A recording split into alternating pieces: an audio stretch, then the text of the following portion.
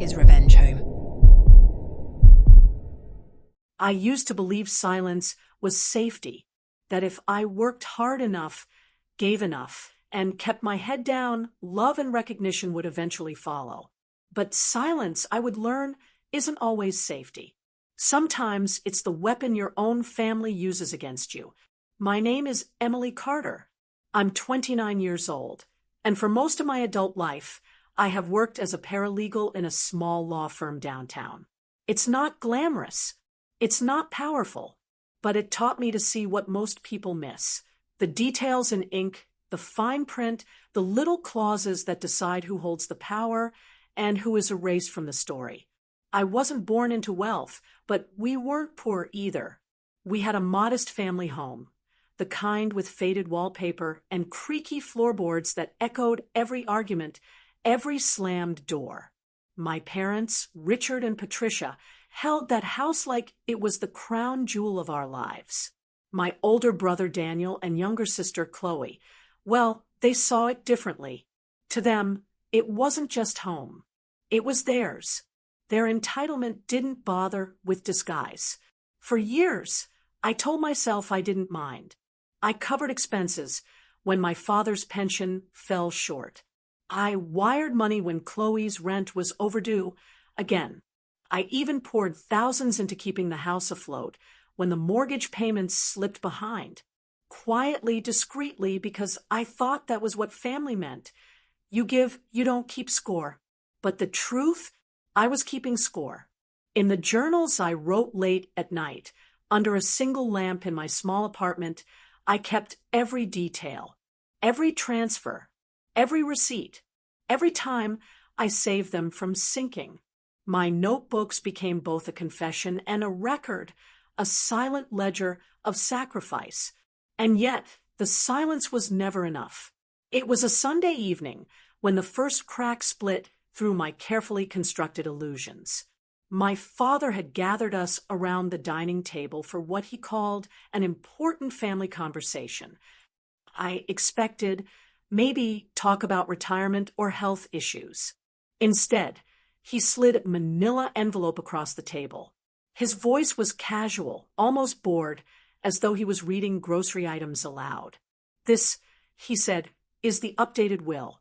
I didn't realize then that my life was about to shift, that a single piece of paper, typed in black and white, would tell me exactly where I stood in my own family. Daniel was smiling before the words even landed. Chloe's eyes glittered, smug and satisfied. My mother sat quiet, her face unreadable. I leaned forward, fingers brushing the envelope as though touching it might steady my heartbeat. My father cleared his throat. The house and what's left of our savings will go to Daniel and Chloe. He didn't even look at me when he said it. Emily's made her own life. She doesn't need this. There it was. A sentence delivered with the precision of a knife. Years of sacrifice, dismissed in a single breath. I felt heat rise in my chest, but my voice was steady. Dad, I've been the one covering. He cut me off, sharp, final. You don't argue about family decisions. Emily, you should be proud of your siblings. They'll carry the family name. Proud. That word. It lodged in my throat like a stone, because pride was what I had carried for them, time after time, when they stumbled and begged for help. And now that pride had been twisted into erasure. I sat in silence, because what else was there to do? My hands folded in my lap, hiding the tremor I couldn't control. Daniel leaned back in his chair, smug.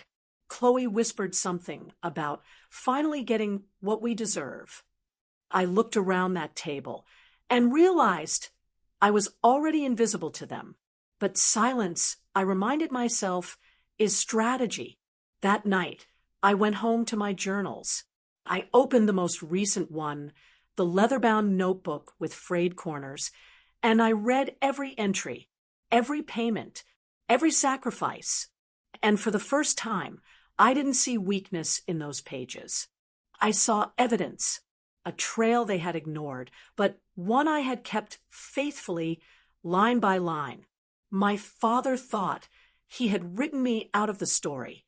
He hadn't realized I had already been writing my own. And this time, I wasn't going to stay silent. I used to think my life was ordinary. Ordinary in the way mornings always began with the same rituals, the smell of coffee rising from my small kitchen, the faint hum of traffic outside, the shuffle of papers as I packed my bag for work. The world never applauded me, but it also never punished me. I existed in that quiet middle ground where effort keeps you afloat, but never celebrated. And honestly, I didn't mind. I liked routines. They gave me stability, something no one could take away. My apartment wasn't much, one bedroom, peeling paint on the windowsill, and a view that overlooked the back alley of a grocery store. But it was mine, my sanctuary. On Sunday mornings, sunlight would creep across my wooden floors, and I'd make tea instead of coffee just to feel a little slower, a little more present. Those small rituals gave me a sense of belonging in a world where my voice was often drowned out. Family was complicated. When I say family, people imagine warmth, shared dinners, laughter that echoes through a house. Ours was different. Ours was duty, expectation, and an unspoken hierarchy. My father, Richard, stood at the top of it all. He wasn't cruel in the obvious sense. He didn't shout. He didn't strike. His weapon was dismissal. A look, a sigh, a simple sentence like, "That's not important, Emily." You learn quickly as a child that silence can cut sharper than anger. My mother, Patricia, filled the empty spaces his words left behind, but not in the way you'd hope. She was quiet, agreeable, always folding herself smaller, so his voice could be louder. I used to think she was gentle. Later, I realized she was just tired. Tired of fighting battles she had never been allowed to win. Then there was Daniel, my older brother. Daniel carried himself like he was born to inherit the world. His voice boomed at every table. Teachers excused him, neighbors adored him, and my parents praised him endlessly. He was average, honestly, but he knew how to perform confidence. And in our house, confidence counted for more than substance. Chloe, my younger sister, was the fragile one, or at least that's how she wanted to be seen. She cried often, leaned into sympathy, and played the role of the victim so well it became her shield. Chloe's sensitive, my parents would whisper, as though that excused every careless mistake, every poor choice. And when she stumbled, they rushed to protect her. Me, I was the middle child in every sense, not loud enough to command attention, not fragile enough to inspire protection. I was the bridge they all walked across, and like any bridge, they assumed I'd hold. Still, I loved them. God help me, I really did. Daily life for me was simple. Wake up early, catch the 7:15 train downtown, slip into my desk at the law office before the attorneys arrived. My role wasn't glamorous. I drafted motions, organized case files, highlighted precedents. The kind of work most people overlook. But I found purpose in the details. Every comma mattered. Every citation had weight. In a world where my family often ignored me, the law gave me something undeniable. Accuracy, proof, evidence that couldn't be dismissed with a sigh. After work, I'd stop by my parents' house 2 or 3 times a week. It wasn't obligation, it was habit. That old house smelled of lemon cleaner and dust, the curtains forever half-drawn. The wallpaper was peeling in the hallway, the same wallpaper I had traced with my fingers as a child when I couldn't sleep. Every creak in the wooden staircase felt like muscle memory. That house wasn't beautiful, but it was stitched into me. Dinner with them was a strange ritual. My father at the head of the table, Daniel cracking jokes, Chloe offering dramatic stories of her day, my mother smiling faintly as she served plates. And me, I listened. I filled water glasses, passed the bread, asked questions no one else bothered to ask. If family was a performance, I was always cast as the audience. Yet there were moments, small, fleeting, that made me stay, like when my father, after a few glasses of wine, would grow soft and tell stories about his youth, or when my mother hummed while washing dishes, her voice breaking the silence, or when Daniel on rare occasions let his guard down and admitted his fears. Those fragments gave me hope that maybe, just maybe, we weren't as fractured as we felt. I worked hard not just for me, but for them. Every time Daniel called, short on cash, I transferred what I could. Just until I get back on my feet, he promised, though he never stayed standing for long. Every time Chloe broke down, terrified of losing her apartment or failing another class, I was there with money, advice, comfort. My parents didn't ask, I offered, because I thought that's what love was, filling the spaces where others collapsed. And when the mortgage payments on the house slipped, when my father's pension wasn't enough, it was me again, quietly wiring funds, never asking for repayment, never demanding acknowledgement. I told myself it didn't matter if they noticed. Love, I thought, was selfless. But here's the truth. Love may be selfless, but people are not. I had dreams once, not extravagant ones, just dreams of a life that was mine. I wanted to save enough to buy a small townhouse, maybe adopt a dog. I wanted to travel, Italy, maybe, or Japan, places I had read about in books, but never seen. I wanted to live without calculating which bill I could pay late because my family needed me more. But every time I got close to saving, something pulled me back. Daniel's failed investment, Chloe's car accident, my father's unexpected expense. My savings account became their lifeline, and I told myself it was temporary, that one day they would say, Emily, we couldn't have made it without you. That acknowledgement never came. Still, I clung to hope, because hope is addictive. Hope is the reason you pour yourself empty, believing one day the cup will be refilled. On weekends, I would escape in small ways, curling up with novels, walking through the park, sketching in an old notebook. Nobody knew I sketched. It felt too personal, too vulnerable. But in those lines, those shapes, I found freedom. It was the one place my hand moved without being directed by someone else's needs. Sometimes I wondered if my family even knew me. Not the version of me that fixed their problems, but the quiet woman who loved art, who found peace in the rhythm of typing legal briefs, who longed for a life beyond the city limits. Did they ever see her? Or did they only see the safety net they could exploit? I remember one evening vividly.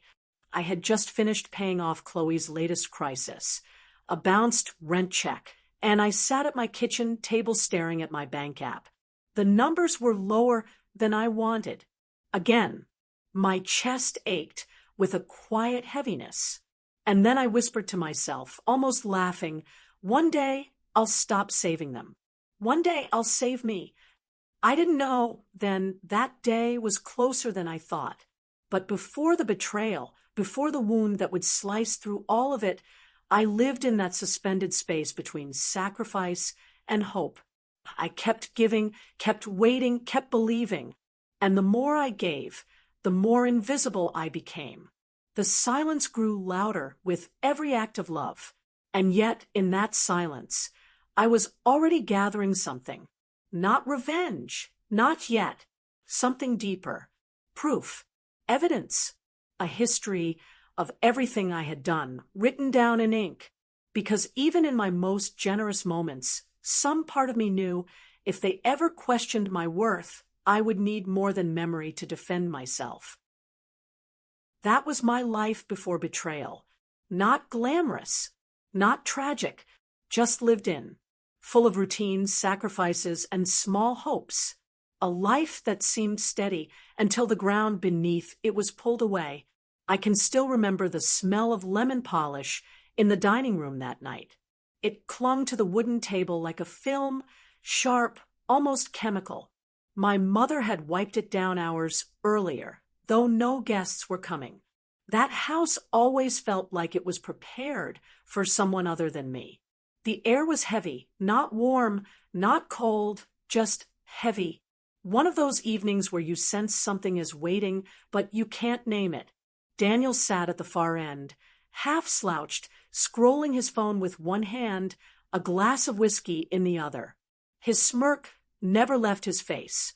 Chloe, perched beside him, had that fragile expression she wore like jewelry. Head tilted, lashes lowered, the practiced vulnerability that always earned her sympathy. My father, Richard, sat stiff, his shoulders squared, his hands folded like he was bracing for impact. And my mother, she moved quietly, setting down plates none of us would eat, her smile thin, rehearsed. I thought it was just another dinner, another evening of being background noise to their conversations. But then my father cleared his throat. "Emily," he said, "just my name." But his tone was different, formal, distant, like I was a stranger. Yes, he didn't meet my eyes. Instead, he looked past me at the lemon-polished surface, at the neat folds of his napkin. We've made some decisions about the estate. At first, I didn't process it. Estate. The word felt theatrical. We weren't wealthy people. We had a modest house, some savings, my father's pension. An estate was something other families had. Families with portraits above their mantels, not peeling wallpaper. What kind of decisions? My voice was calm, careful. Daniel leaned forward, his grin widening. The will. Dad updated it. The word hit harder than I expected. Will. I felt a small chill run through me, the kind that starts at the base of your spine and creeps upward. I forced a laugh, light, confused. "Okay, why are you telling me this?" Chloe reached across the table, her fingers brushing the rim of her untouched glass of water. "Because it affects all of us." Her tone was syrupy, rehearsed. My father finally looked at me. His eyes were tired, gray, but not soft. "We've decided the house, and the savings will go to Daniel and Chloe." For a second, I thought I misheard. The words didn't fit together. They didn't belong in the same sentence. My chest tightened, a strange buzzing filling my ears. I swallowed. "I don't understand." Daniel chuckled, swirling his glass. "What's there not to understand? You don't need it. You've got your job, your apartment. Chloe and I, well, we need the support." My pulse pounded in my temples. My hands, resting on my lap, curled into fists. "I've been helping with the mortgage, covering bills, medical expenses. Chloe's voice cut through, soft, tremulous. "Emily, you've always been independent. You don't rely on anyone. You're strong. We're not." Her words dripped like honey, but they stung. Strength was their excuse for erasing me. I looked at my father, waiting for him to correct them, to say, of course, Emily will be included. She's done so much. But he stayed silent. His jaw tightened, his gaze steady but cold. "Dad." My voice cracked. He inhaled slowly, then spoke with finality. "It's already signed." The silence that followed was unbearable. Even the ticking of the clock on the wall seemed to fade. All I could hear was the rush of my own heartbeat, fast, desperate. Signed. Past tense. Done. Without me. I felt the room tilt slightly as though gravity had shifted. My stomach churned. I wanted to scream, to overturn the table, to demand how they could erase me so easily. But my throat closed. All that came out was a whisper. "After everything I've done?" My mother flinched, just barely. Her hand trembled as she adjusted the silverware. But she said nothing. Daniel smirked, lifting his glass in mock salute. "It's not personal, Em. It's just practical." Not personal. The phrase twisted inside me like a knife. Chloe leaned in, her eyes glistening with fake sincerity. "We love you, Emily. But you'll be fine. You always are." I stared at her, at all of them. My body felt frozen, but my mind raced. Memories collided, transferring money for Daniel's debts, covering Chloe's tuition, wiring funds for my parents' emergencies. Nights spent working overtime, mornings spent calculating bills, my own dreams pushed aside, so theirs could survive. And now, erased. My father's voice broke the silence again, low, resolute. "You're strong enough to make it on your own. They need the help more." For a moment, my vision blurred. Tears? No, not here, not in front of them. I inhaled sharply, the air thick, almost sour. "So, you've all decided I don't matter." No one corrected me. No one rushed to reassure me. The silence was their answer. I pushed back my chair, the scrape against the wooden floor loud, jarring. My legs felt weak, but I stood tall. My heart hammered. So hard, I thought it might break through my chest. I looked at my father one last time. "You've signed away more than a house." He didn't respond. His silence was absolute. I turned and walked out. Every step felt heavy, echoing in my bones. The hallway smelled of dust and old wood, the wallpaper peeling like a wound. I wanted to look back, but I didn't. The door closed behind me with a dull thud, and the night air hit me, cold, sharp, almost merciful. For a long time, I just stood on the porch, staring into the darkness. My body trembled, but not from the chill, trembled from something deeper. Not rage, not yet, something quieter, something colder. Betrayal has a sound. For me, it was the word signed. I walked home that night in silence. The streets were half empty, the glow of streetlights blurring through the tears I refused to let fall. My shoes clicked against the pavement, steady, deliberate, like I was holding myself together with each step. At home, I sat at my desk, pulled out my leather-bound journal, and wrote the words. They erased me. My hand shook as the pen moved, but writing gave me clarity. Each letter was proof I existed, proof they couldn't silence me entirely. I thought about the word Chloe used, strong, as if strength was punishment, as if resilience excused neglect. I thought about Daniel's smirk, my father's silence, my mother's trembling hands. And something shifted. I used to believe silence was safety. Now I knew it was strategy. Their betrayal wasn't the end of me. It was the beginning of them finally seeing me. "Father, it's already signed." "Daniel, it's not personal, it's just practical." "Chloe, we love you, Emily, but you'll be fine. You always are." "Emily," final line before leaving, "you've signed away more than a house." The night after the will was revealed, my apartment felt smaller than ever. Not because of the walls or the furniture, but because silence had expanded, pressing against me from every corner. I didn't turn on the television. I didn't play music. I simply sat there, in the dim glow of the desk lamp, staring at the closed leather journal in front of me. My hand hovered over it like it was fragile glass. For years, it had been my quiet witness. Now it felt heavier, like it carried more than words. It carried proof. I finally opened it, my breath shallow, and began flipping through the pages. Line after line of neat handwriting. Dates, numbers, notes, my sacrifices reduced to ink, rent transfers, grocery receipts, bills paid. At first, I was only rereading, reliving, but then something shifted. I began seeing patterns. The first clue was small.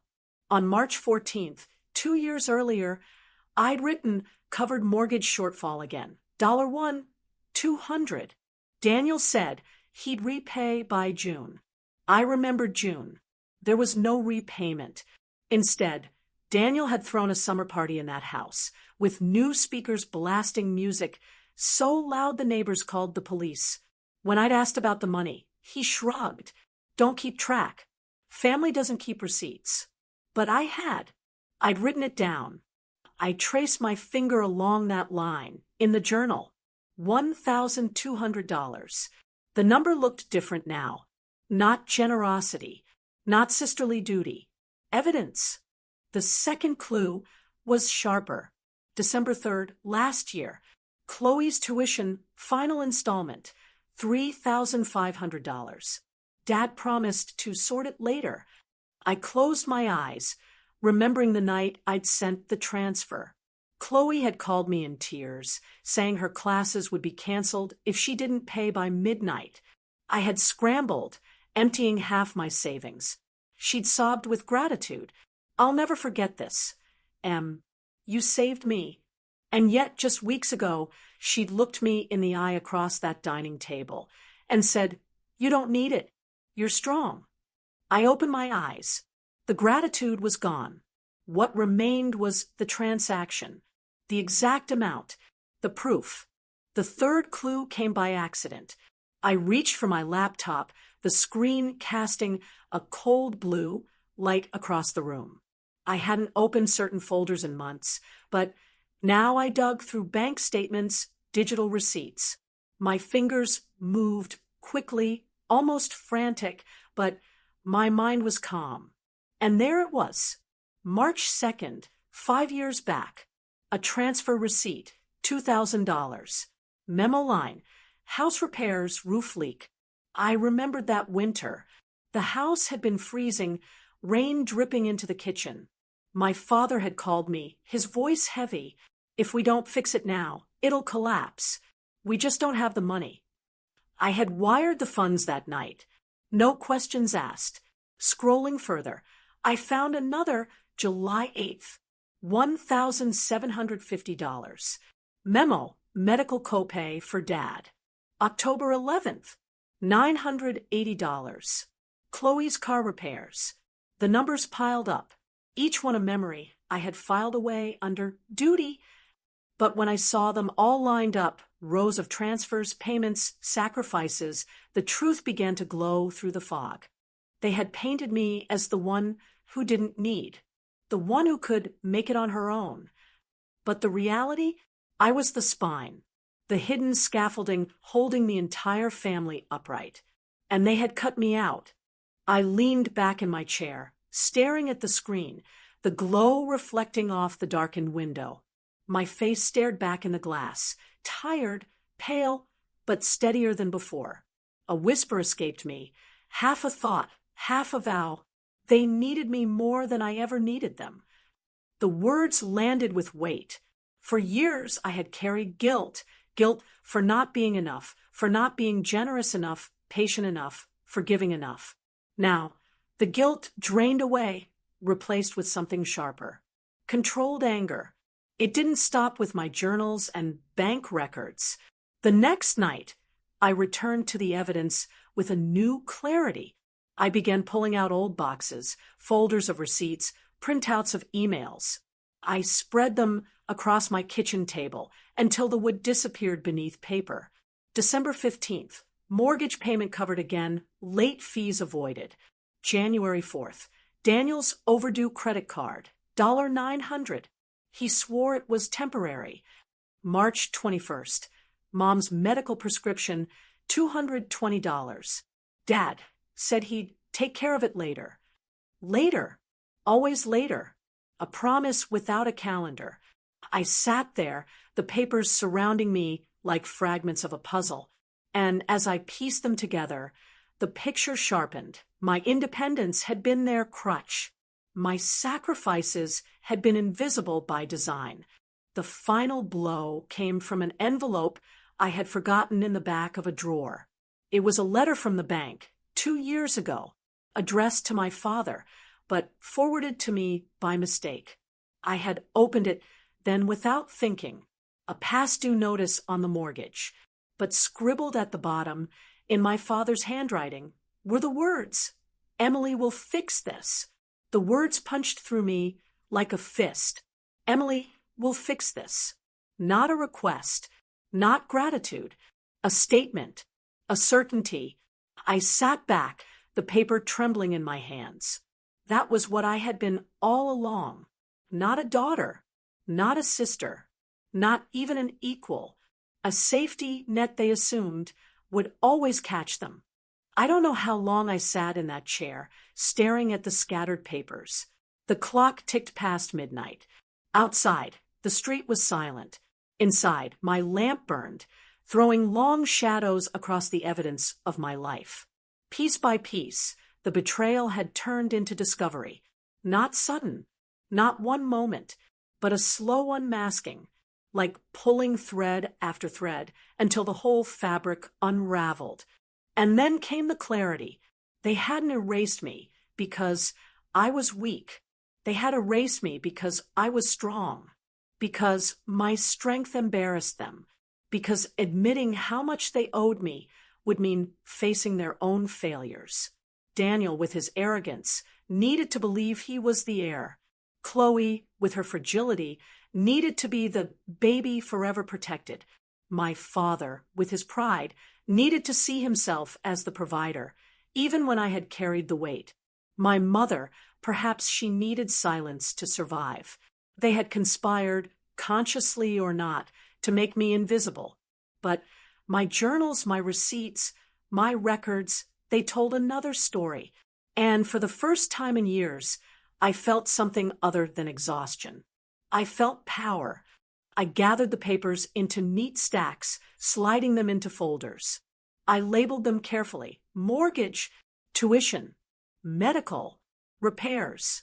My handwriting was precise, deliberate. This wasn't chaos. This was order. The act of filing, of creating structure, was strangely calming. Each folder was no longer just a reminder of sacrifice. It was evidence. And evidence, I knew from my work at the law firm, was everything. I whispered to myself as I slid the final paper into place. They thought silence erased me. But silence records. Over the next week, my apartment transformed into an archive. My desk piled with binders, my shelves lined with labeled boxes. I stayed up late, cross-referencing, highlighting. Coffee went cold beside me. The hum of my laptop became the soundtrack of my nights. Sometimes I'd pause, staring at the reflection in the darkened window. My face grew harder, calmer. The hurt was still there, but it no longer controlled me. It had become fuel. Confusion had given way to clarity, and clarity had sharpened into something stronger. Controlled anger. The most profound moment of discovery came not from numbers or receipts, but from a single page in my journal. A note I'd written years ago, late at night. One day, I hope they'll see me. Not for what I give, but for who I am. I read that line over and over. My throat tightened. I had wanted recognition, love, belonging. But I realized now I no longer needed them to see me. I saw myself, and that was enough to begin. When discovery becomes clarity, the next movement is always planning. For weeks after I laid out the receipts and bank transfers across my kitchen table, I lived inside that ritual, detail, order, verification. It was the opposite of the dinner table scene. No raised voices, no theatrical gestures, just work. Pages, folders, headings. Evidence gaining shape. Silence becoming a blueprint. My first step was containment. I copied everything. Paper originals stayed in one labeled box. I scanned every page into 3 formats: PDFs, images, and a spreadsheet that summarized date, amount, memo, recipient, and why the payment was made. The laptop screen glowed late into the night, the click of the keyboard a metronome. I backed the files up to a secure cloud with 2-factor authentication, then burned an encrypted drive and tucked it into a hollow book on my shelf. Paralegal instincts die hard. Preserve the chain, do not trust memory alone. I also created a timeline, It was ugly at first, numbers and dates that looked like a child's scribble. But over nights of painstaking cross-referencing, the timeline crystallized into a narrative. March 2018, roof repairs. July 2018, medical copay. December 2019, mortgage arrears covered. And on and on. Each entry was a link in a chain that tied me to the house and tied the family's stability to my bank account. The timeline was more than a list. It was proof that I had not been independent by accident or choice. I had been the family's infrastructure. Planning, for me, is practical. I broke the problem down into discrete objectives. Document the full extent of my financial contributions. Secure, independent testimony corroborating those contributions. Find legal avenues to challenge the will's distribution or to secure an accounting. Prepare for the emotional fallout I knew would come with asserting myself. Each objective required a different kind of work, some investigative, some legal, some personal. The investigative work was the least dramatic, but the most important. I returned calls I had put off for years. Mrs. Dalton, the neighbor who had kept a shoebox of receipts she'd insisted on in case anything ever happened, was the first ally. She met me at the small diner on the corner, hands wrapped around a steaming cup, and slid me a manila envelope with a look that said she'd been waiting for me to ask. Inside were copies of invoices and dates, the plumber who had fixed the roof, the contractor who had replaced the heater, notes about who paid what. Seeing someone else's handwriting next to my own transfers added a new texture to the story. It changed the narrative from what I remembered to what others could witness. Mr. Hayes, the retired attorney who'd become my mentor, was the next call. I had phoned him with the cautious energy of someone reporting a leak. He listened, then said two simple things I did not expect to hear. You did the right thing by keeping records. And quietly, there are legitimate legal avenues here, but they're procedural, meaning they demand patience and precision. He steered me toward the kind of lawyer I needed, a probate attorney experienced with family disputes, not someone looking for headlines or theatrics. You want someone who treats evidence like a ledger, not a spectacle, he advised. Finding that lawyer took time.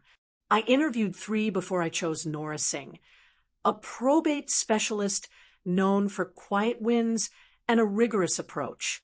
Nora met me in a small conference room, her tablet open, questions precise. She read my timeline, her face composed, then asked for originals, authorization to request bank statements, and permission to draft a letter demanding a full accounting from my parents' estate administrator. It's not about vengeance, she said. It's about correcting the record and ensuring the law acknowledges what evidence shows. Her tone aligned with mine, strategic, measured, not performative. Parallel to legal steps, I began cultivating other forms of corroboration. The plumber agreed to a short affidavit confirming the date of the repair, and the payer, the accountant who had briefly handled my father's pension, sent a statement corroborating cash flow deficiencies around the same dates I'd covered.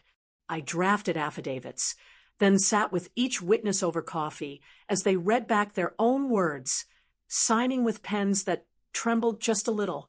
It felt formal, too formal, like scripting a history I had been living for years without recognition.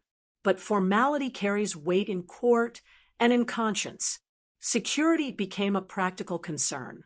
I changed passwords. I locked certain devices. It is a strange irony that the person who had been invisible for so long suddenly had to consider boundaries and privacy as strategic assets. I created email folders that only I could access. I printed 2 copies of everything and placed the backups in a safety deposit box at a bank under a pseudonym. These were small defensive moves, but they steadied me. We considered timing carefully. Nora explained the rhythms of probate and the windows for contesting a will. In fiction, you often see people rush to the courthouse the day after insult. In reality, hasty filing can undermine a case. You need documentation. You need credible witnesses. You need procedural precision. So we scheduled deliberate actions, requests for bank records to be sent overnight, subpoenas prepared but held, letters drafted to be mailed only when the packet was complete. Patience wasn't passive. It was tactical. I also paid attention to optics. This was not a public crusade. It was a private correction. My siblings were not to be provoked into petty theatrics that would give them sympathy. I instructed Nora to begin with quiet demands for accounting. No press, no social media posts, no attempts to shame them. Our leverage would come from the evidence and the law, not from theatrics. My goal wasn't to humiliate. It was to correct an erasure. Yet even as I told myself that, I recognized a darker satisfaction in the idea of revelation, of seeing faces change when confronted with facts. Emotionally, I braced myself. Nora and Mr. Hayes both warned me, you cannot predict how people process being challenged. Some will double down. Others will capitulate. You need a reserve of emotional resilience, and that meant therapy and routine. I scheduled sessions with Dr. Richardson twice a week, longer than before. I continued morning walks along the river, the rhythm of my feet a physical metronome to match the mental processes. Small routines kept me steady. Black coffee at 7, an hour of document review, a mid-afternoon check-in with Nora, and then an evening journaling session where I recorded not just facts but feelings. The plan was legal. The preparation was personal. Every night I walked through the moral argument with myself. Was I seeking revenge or justice?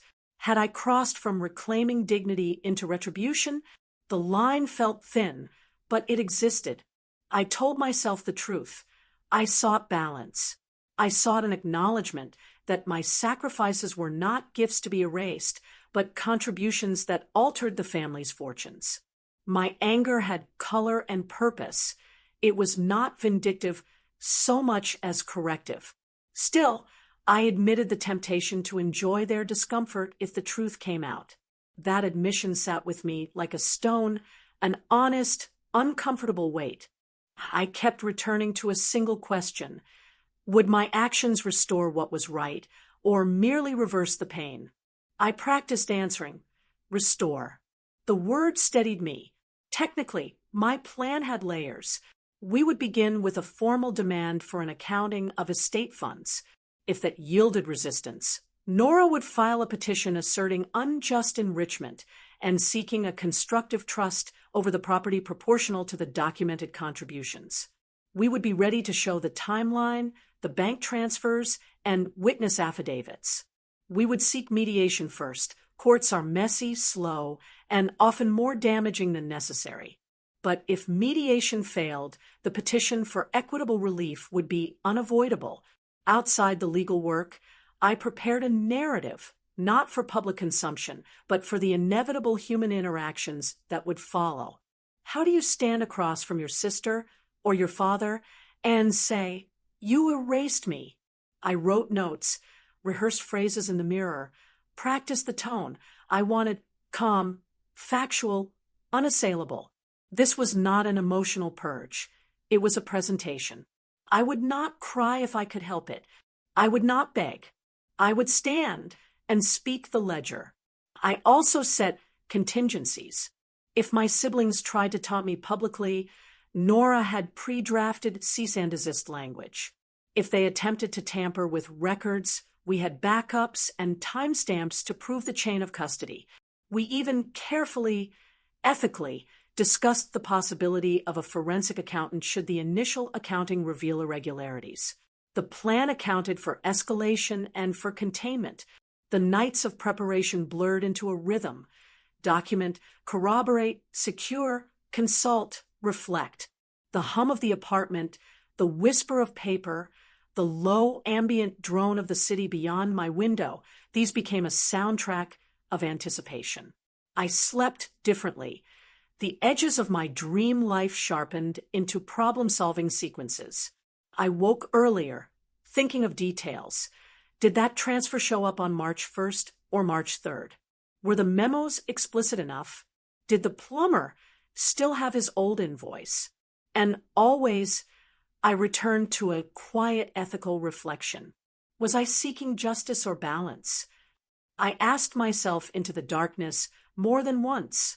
I traced the ledger with my finger and thought of the nights I had gone without, the times I had told myself a sacrifice was worth it because family mattered. The ledger said family had benefited.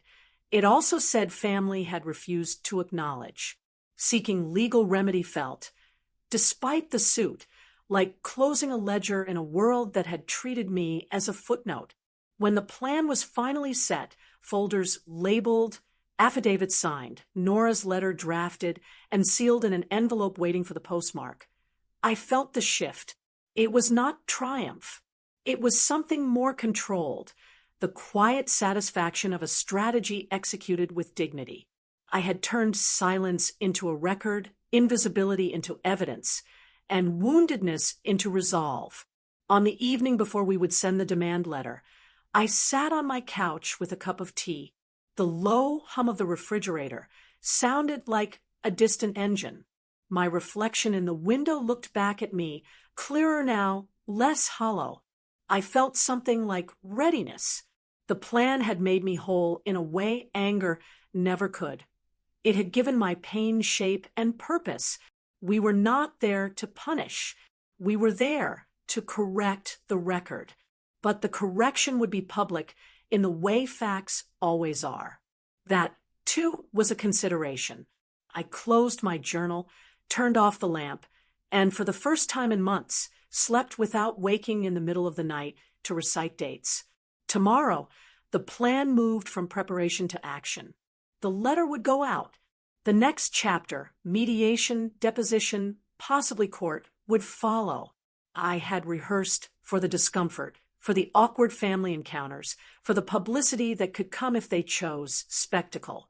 I had practiced the voice I wanted to use, calm, articulate, unflinching. As I lay there in the dark, I thought of one more thing, the moral answer I had settled on. Restore, don't revenge. If the process taught me anything, it was that justice, when administered with patience and precision, can be quieter and more devastating than theatrics. It strips the mask cleanly. It leaves truth where it belongs. And that truth. The day we mailed the letter, the sky was pale and steady, the kind of light that makes everything look factual and ordinary. Nora had advised against theatrics. The law prefers fact to fury. So we moved without fanfare. The envelope went into the postbox with a low clack, ordinary as a grocery list, but heavy with everything I had cataloged. We began with a demand for accounting. The estate administrator, an auditor the family had used for years, had to produce bank statements, ledgers, and any records of distributions.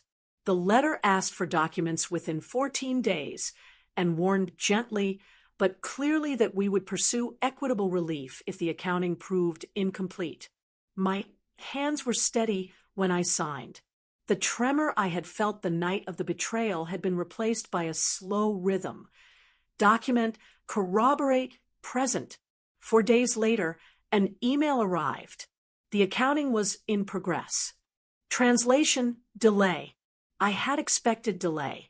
Patience, not impatience, was our weapon. Nora set the next move in motion. A subpoena for the bank records tied to the house, and any transfers into accounts controlled by Daniel or Chloe. The subpoena landed on their door like a measured knock. Daniel's lawyer called first, sharp, defensive, offering to mediate. Chloe's voice was thin when she rang me, asking if we could talk this through privately. I agreed to mediation because it was another test of their intent. If they wanted a settlement, they'd step into the room and look at the ledger. If they wanted to hide, the record would do the talking. The mediation room smelled faintly of coffee and lemon cleaning solution, ironic memory of the same polish my mother used so religiously. We sat around a table with Nora, Daniel's counsel, and a neutral mediator. My prepared binder rested in front of me. Timelines, transfer receipts, plumber invoices, bank statements with memos. My hands rested on it like a conductor's. I didn't speak immediately. I listened. That, too, was part of the plan. When Daniel opened his mouth, he sounded practiced. "Emily, we didn't mean to hurt you. We thought," he began. His lawyer cut in, smoothing his tone into procedural words about intent and misunderstanding. Chloe's eyes darted between us, pleading for a sympathetic gaze. Nora's voice was quiet and exact. She began to lay out the facts. Not accusations. Not flourishes. Facts. Dates, amounts, memos, corroborating affidavits from vendors, and Mrs. Dalton. She handed each page to the mediator. You could see the room change. Facts have weight. They replace rhetoric. Daniel tried to argue the emotional case. Family needs, future plans, inability to maintain the property. He painted himself as the natural steward. I watched his face, the arrogance, the habitual certainty that belonged to a man who expected to inherit. He expected sympathy. He expected me to shrink. When I finally spoke, my voice was small but steady. "You called me independent. You said I didn't need it. But your need has been my work. You benefited from my labor and my money. The ledger shows the truth. I didn't shout. I didn't plead. I let the evidence speak." The room listened. The mediator leaned forward. "Do you want compensation? A partition? A co-ownership agreement?" he asked, looking between us. Nora had already anticipated these paths. "We are asking for an accounting and, failing equitable reconciliation, a constructive trust over the property proportional to documented contributions," she said. The terms were legal, dry, yet their effect was clear. If Daniel and Chloe could not credibly account for the funds, I would not merely receive a share. The law could impose obligations reflecting reality. It would be an adjustment of ownership to match contribution. For a moment the room was quiet. Chloe looked as if someone had removed the floor beneath her. Daniel's jaw tightened. My parents sat, face pale, an ache of recognition and denial battling under their skin. They had always wanted to believe themselves providers. The ledger made that belief complicated. They offered a settlement, an amount far smaller than the documented contributions, and packaged with a non-disparagement clause. It was meant to hush me without admitting anything. Nora handed the mediator a copy of the schedule of payments. "This is not an offer," she said simply.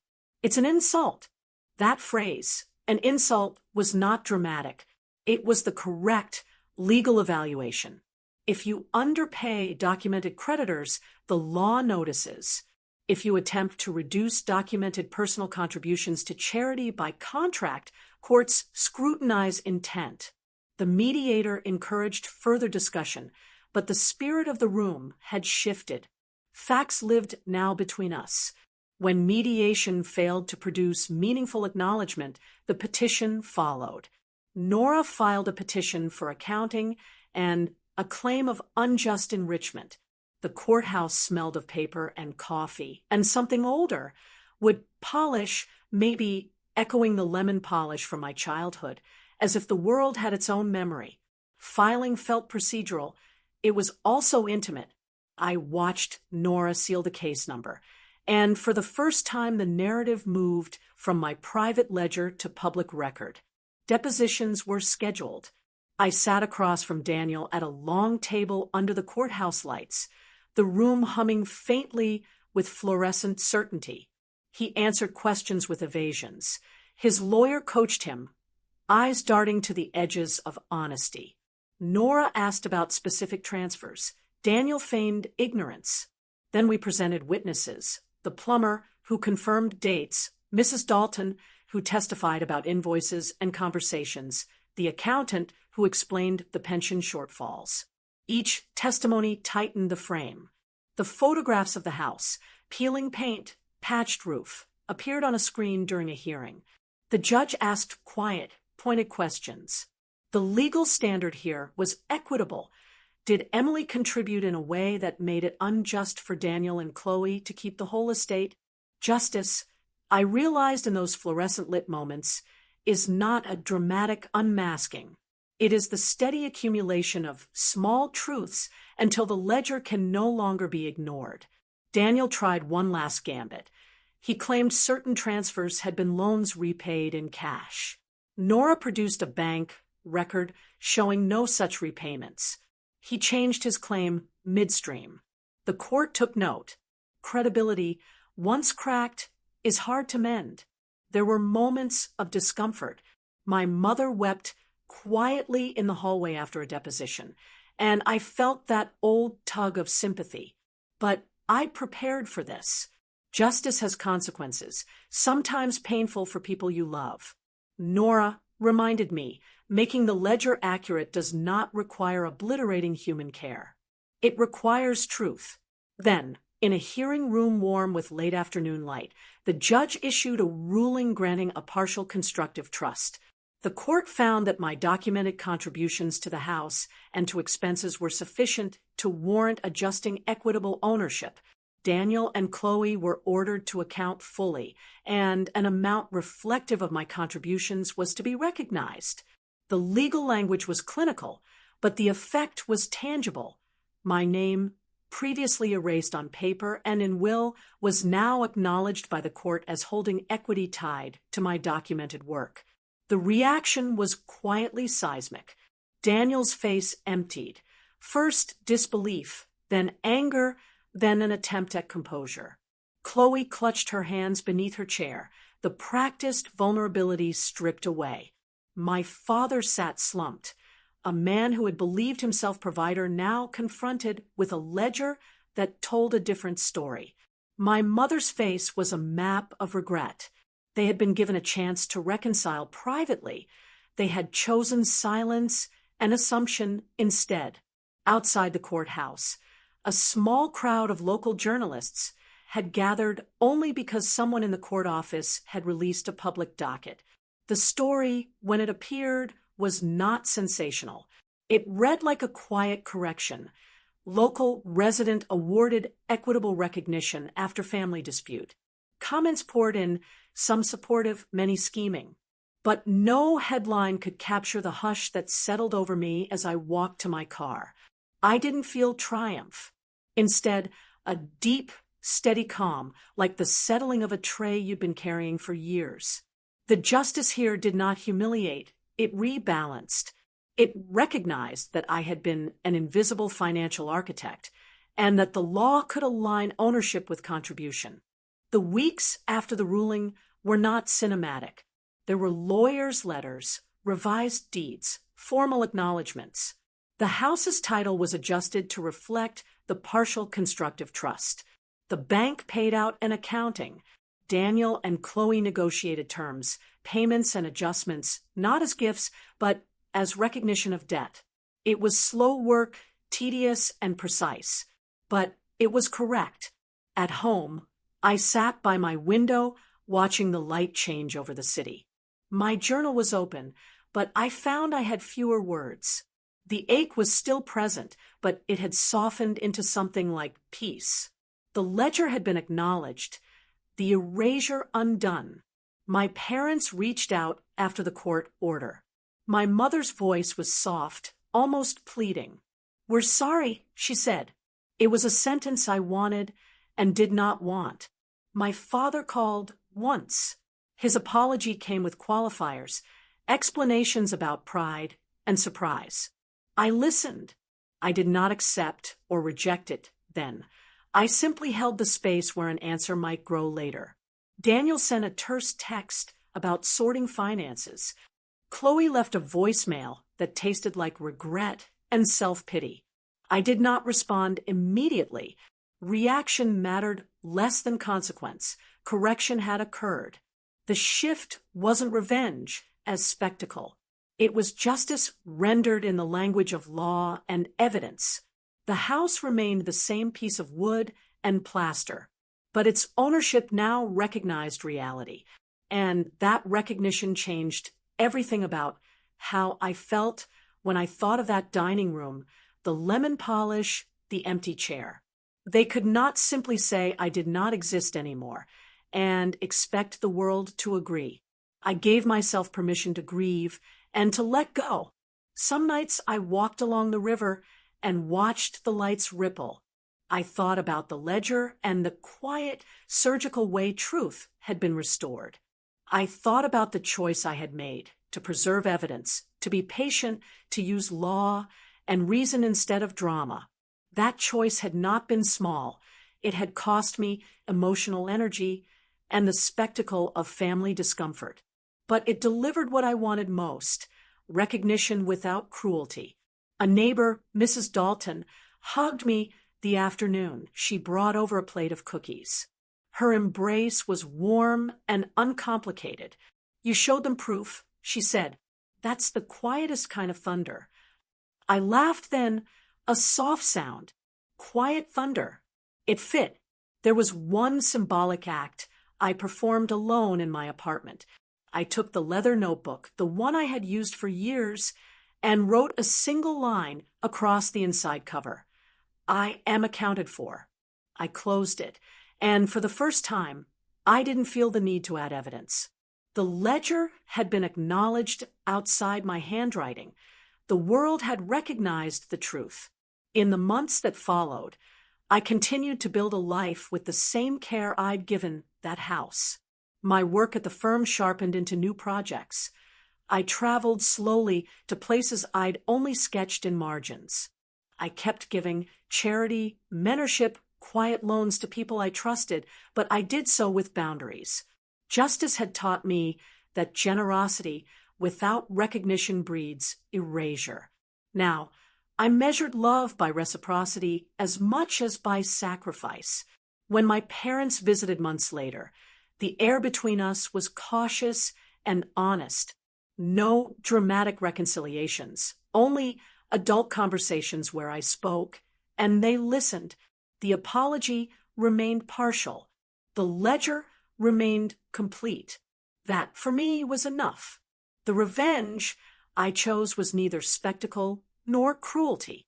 It was the patient application of truth until the record reflected reality. It was the decision to move from victim to custodian of facts, to take the quiet power that comes with evidence and use it to correct injustice. In the end, poetic justice didn't roar. It settled like sunlight across a table, steady and undeniable.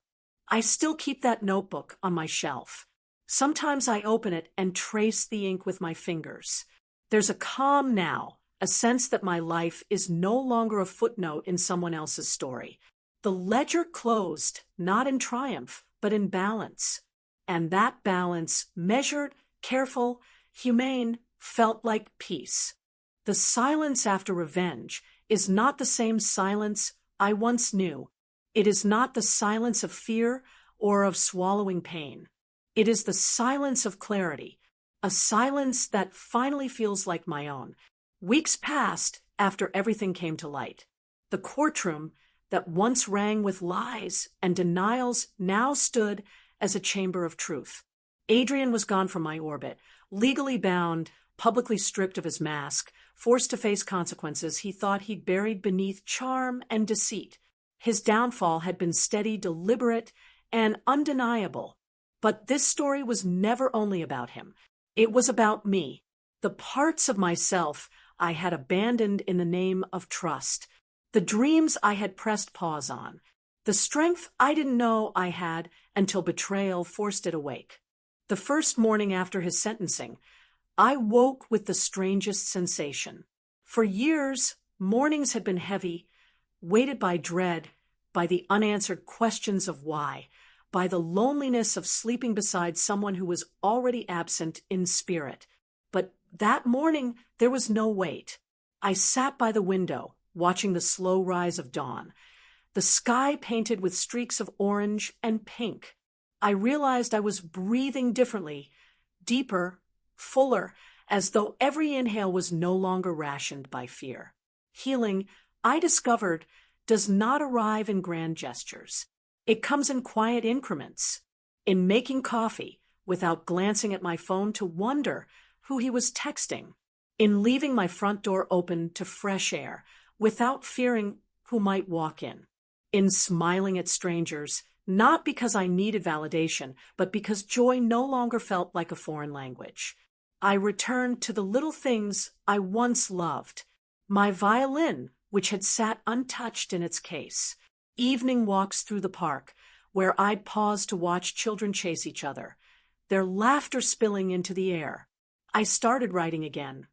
Not the hesitant journal entries I once scribbled in the dark, but full, unrestrained reflections that reminded me of who I had been before betrayal tried to erase me.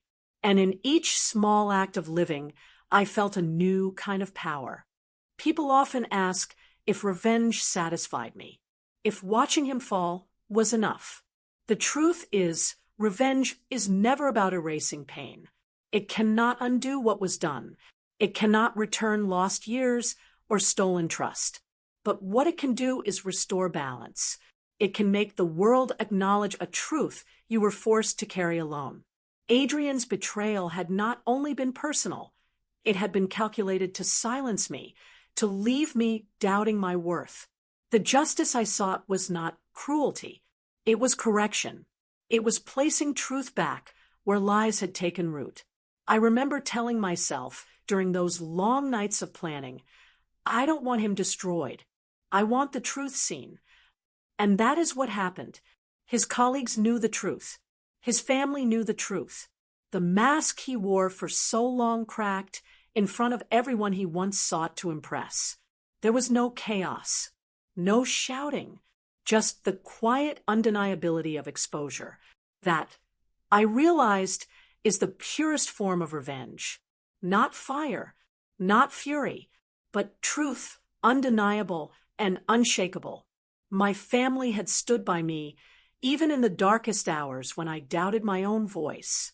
My sister, who once told me, "You don't have to bleed to prove you've been cut." She became my anchor, my reminder that healing was not weakness but reclamation. Friends I had drifted from returned to my side. And with them, I rebuilt a circle of trust, not blind, not naive, but conscious, grounded trust. The kind where people see your scars and don't flinch, don't exploit, but respect. I won't say it was easy. For months, I wrestled with fear that betrayal could happen again, that my openness could become vulnerability. But over time, I learned this. Betrayal says more about the betrayer than the betrayed. Their choices are not a mirror of our worth. That lesson freed me. If the woman I was before betrayal could see me now, I think she would weep with relief. I am not softer, but I am gentler with myself. I am not harder, but I am sharper in discernment. I am not broken, though I am scarred. And scars, I've learned, are proof that wounds can heal without disappearing. I used to believe silence was safety. Now I know silence can be strength when chosen, not forced. I used to think revenge was about punishment. Now I know it is about reclamation, a voice of dignity, of peace. Most of all, I used to believe betrayal defined me. Now I know it refined me. Months later, I found myself walking past the cafe where Adrian and I had once sat on Sunday mornings planning futures that would never be. I paused, expecting old pain to rise like smoke. Instead, I felt nothing, not emptiness, not longing, just peace. That was the moment I realized the chapter was closed. Revenge had not chained me to him. It had released me from him. I no longer needed to replay the betrayal or relive the discovery. I no longer needed to prove anything. I was free. People still whisper his name, sometimes with curiosity, sometimes with disdain. He lost his position, his social standing, the curated reputation he prized above all. He is rebuilding, I've heard. But whether he stands tall again or remains fallen no longer matters to me, because my life is no longer measured against his shadow. If there is one truth I leave behind, it is this: Revenge, when tempered with wisdom, is not destruction. It is restoration. It is not the fire that consumes, but the light that reveals. I don't tell my story to encourage cruelty. I tell it to remind those who have been silenced that their voice can rise again. That betrayal is not the end of their story. That healing is not found in erasing the past, but in owning it. I carry no hatred now, only memory, and the peace of knowing I stood up when I could have stayed down. Some nights, when the world is quiet, I sit with a cup of tea by the window and watch the city lights flicker. Once those lights felt distant, unreachable.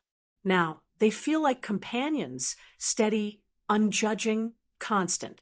Life has a way of breaking us open, but sometimes in that breaking, we discover the parts of ourselves we would never have met otherwise. I am no longer the woman defined by betrayal. I am the woman who walked through fire, carrying only truth, and emerged whole.